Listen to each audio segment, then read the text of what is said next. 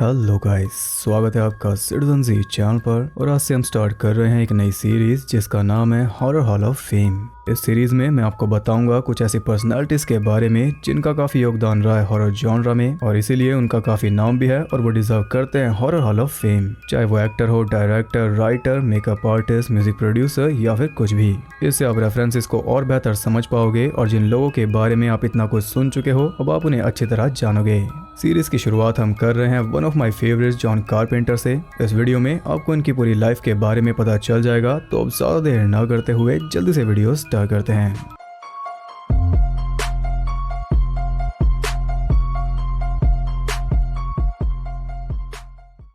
Cinema में John carpenter का काफी बड़ा नाम है क्योंकि इनके खाते में ढेर सारी कल्ट क्लासिक मूवीज हैं जिनके राइटर, डायरेक्टर और म्यूजिक प्रोड्यूसर भी यही हैं। जॉन ने कई तरह की मूवीज बनाई, लेकिन मेनली इन्हें जाना जाता है हॉरर, साई-फाई और एक्शन थ्रिलर फिल्म्स के लिए। स्लैशर में इनके पास है हैलोवीन, हॉरर में द फॉग, साई-फाई में द थिंग, एक्शन में एस्केप फ्रॉम न्यूयॉर्क, यहाँ तक कि रोमांस में भी है स्टारमैन। हॉरर में जॉन को मास्टर्स ऑफ हॉरर में गिना जाता है क्योंकि इन्होंने देखने वालों को काफी कुछ दिया। इनकी डार्क टोन जब इनके म्यूजिक के साथ मिलती है तो वो मूवी को अपने आप ही टेंस बना देती है, और यही इनका ट्रेडमार्क है, साथ में इनका आर्टिस्टिक स्टाइल। अब इनका कितना ज्यादा इन्फ्लुएंस था इसका अंदाजा आप इस बात से लगा लो कि मूवी के टाइटल से पहले इनका नाम आता था। फिलहाल हम जरा स्टार्टिंग पे चलते हैं। जॉन का जन्म हुआ था 16 जनवरी 1948 को न्यूयॉर्क के काथेज नाम के गांव में। इनके डैड एक म्यूजिक प्रोफेसर थे, इसलिए म्यूजिक में इनका भी स्टार्टिंग से इंटरेस्ट था। साथ ही इंटरेस्ट था मूवीज में, मूवीज जैसे कि the thing from another world, जिसका इन्होंने एक नया वर्जन भी बनाया बाद में। इंटरेस्ट इतना ज्यादा था कि हाई स्कूल से पहले ये हॉरर शॉर्ट फिल्म बनाने लगे थे। ये वेस्टर्न केंटकी यूनिवर्सिटी में गए जहाँ इनके फादर म्यूजिक डिपार्टमेंट के हेड थे। फिर 1968 में ये पहुंचे यूनिवर्सिटी ऑफ साउदर्न कैलिफोर्निया के स्कूल ऑफ सिनेमैटिक आर्ट्स में, जहाँ इन्होंने कैप्टन वॉर नाम की एक शॉर्ट फिल्म बनाई थी।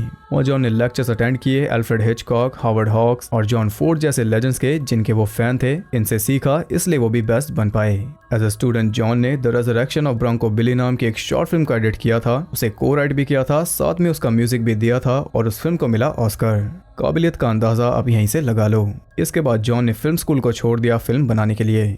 उनकी पहली मेजर फिल्म रही 1974 में आई डार्क स्टार, जो कि एक साई-फाई कॉमेडी थी और उसे को राइट किया था डैन ओ'बैनन ने, जिन्होंने आगे जाकर लिखा एलियन को। और फनी बात यह है कि एलियन से पहले एलियन की पैरोडी आ चुकी थी जिसे खुद एलियन के राइटर ने लिखा था। ये मूवी बनी थी सिर्फ $60,000 के बजट में, और यहीं से जॉन का नाम हो चुका था लो बजट फिल्म मेकिंग में। जॉन की अगली फिल्म आई 2 साल बाद 1976 में असॉल्ट ऑन प्रीसिंक्ट 13। ये एक लो बजट थ्रिलर थी जो इंस्पायर थी हावर्ड हॉक्स की रियो ब्रावो और जॉर्ज रोमेरो की night of the living dead से। ये पहली फिल्म थी जिसमें जॉन ने काम किया था डेब्रा हिल के साथ। आगे जाकर डेब्रा ने जॉन के साथ काफी काम किया, इंक्लूडिंग हैलोवीन। इसके 2 साल बाद 1978 में आई उनकी TV horror movie someone's watching me, और सेम उसी साल आई आइस ऑफ लॉरा मार्स, जिसके जॉन राइटर थे, और वो उनकी पहली मेजर स्टूडियो फिल्म थी। लेकिन उसी साल आई थी एक ऐसी फिल्म जिसने सब कुछ बदल कर रख दिया था जॉन के लिए भी और स्लैशर जॉनरा के लिए भी। उसका नाम था हैलोवीन। इस मूवी की क्या इंपॉर्टेंस है वो मैं आपको कई बार बता चुका हूँ काफी अच्छी तरह। अगर आप अब भी नहीं जानते तो प्लेलिस्ट चैनल पर अवेलेबल है, चेक कर लेना।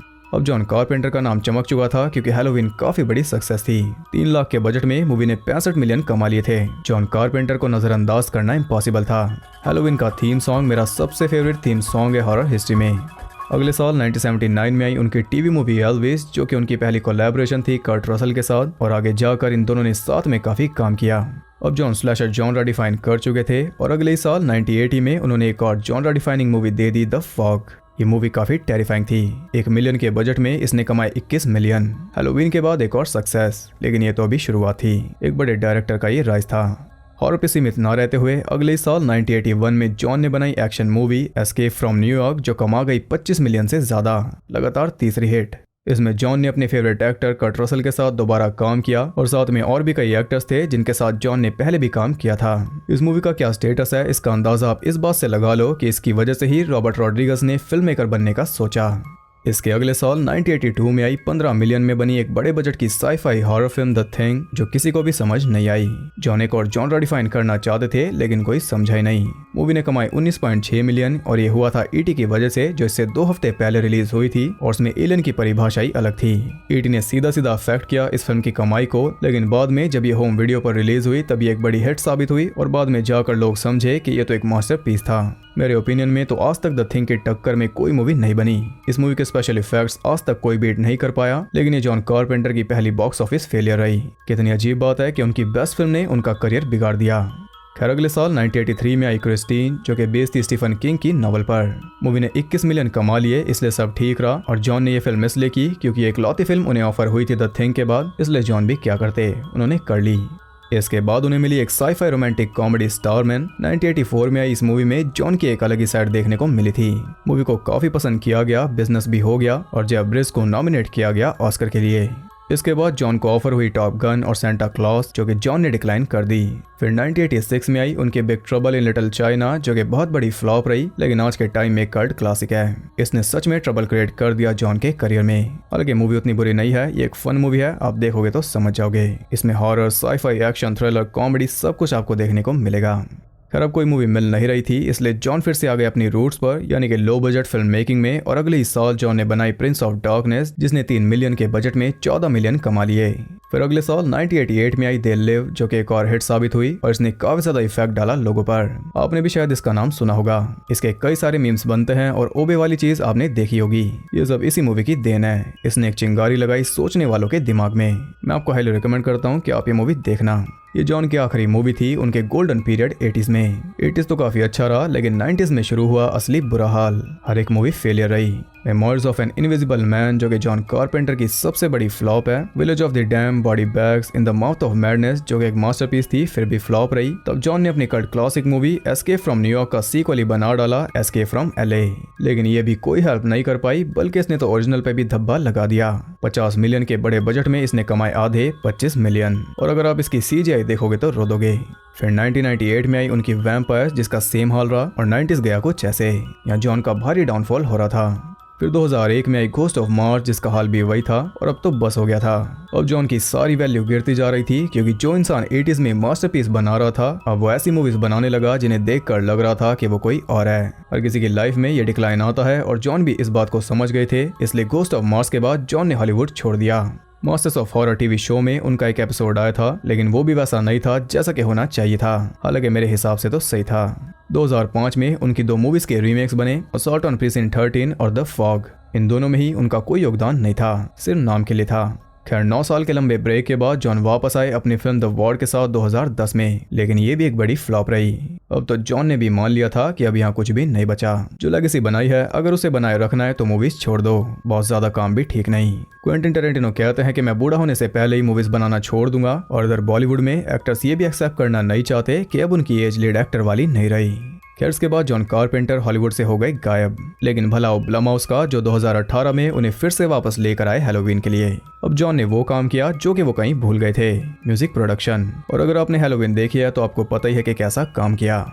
या उनका कॉन्फिडेंस बूस्ट हुआ और जॉन ने स्टार्ट किए कॉन्सर्ट्स, जिनमें वो प्ले करते थे अपनी बेस्ट मूवी के बेस्ट सॉन्ग्स। अब वो आ चुके थे पैशन पर। जॉन ने कई सारी म्यूजिक एल्बम भी निकाल दी।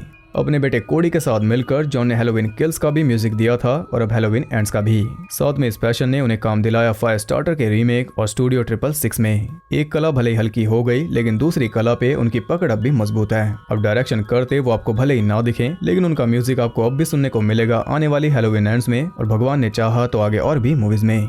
ये तो थी प्रोफेशनल लाइफ। अब बात करते हैं पर्सनल लाइफ की, तो जॉन ने 1979 में शादी की थी एड्रियन बार्बू से, जिनसे वो मिले थे 1 साल पहले समवन्स वाचिंग मी के सेट पर, और 1984 में उनका डिवोर्स भी हो गया था। इस बीच एड्रियन नजर आई थी जॉन की द फॉग और एस्केप फ्रॉम न्यूयॉर्क में।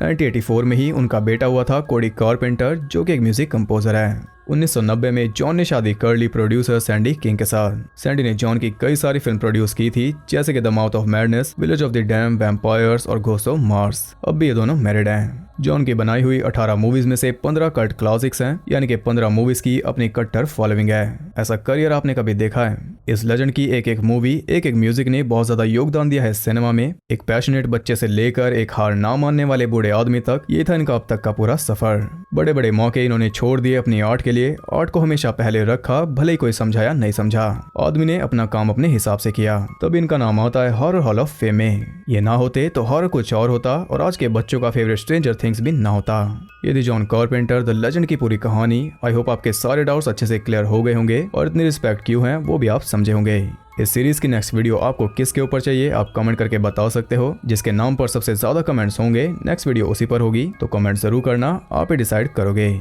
अगर वीडियो इन्फॉर्मेटिव थी, आपको कुछ पसंद आया तो एक लाइक जरूर करना, ताकि मैं और भी ऐसी वीडियोस बनाता रहूं। मेरी क्रिएटिविटी, मेरा पैशन ना मरे। ऐसी और इंटरेस्टिंग वीडियोस देखते रहने के लिए चैनल को सब्सक्राइब करके बेल नोटिफिकेशन कॉल पर सेट कर लो, ताकि मुझे वीडियो बनाने की मोटिवेशन मिलते रहे और आपको वीडियोस की नोटिफिकेशन। और ज्यादा कनेक्टेड रहने के लिए आप मुझे इंस्टाग्राम पर फॉलो कर सकते हो, वहाँ आपको बहुत कुछ जानने के लिए मिल जाएगा, और साथ ही बाकी जगहों पर भी जिनके लिंक्स आपको नीचे मिल जाएंगे।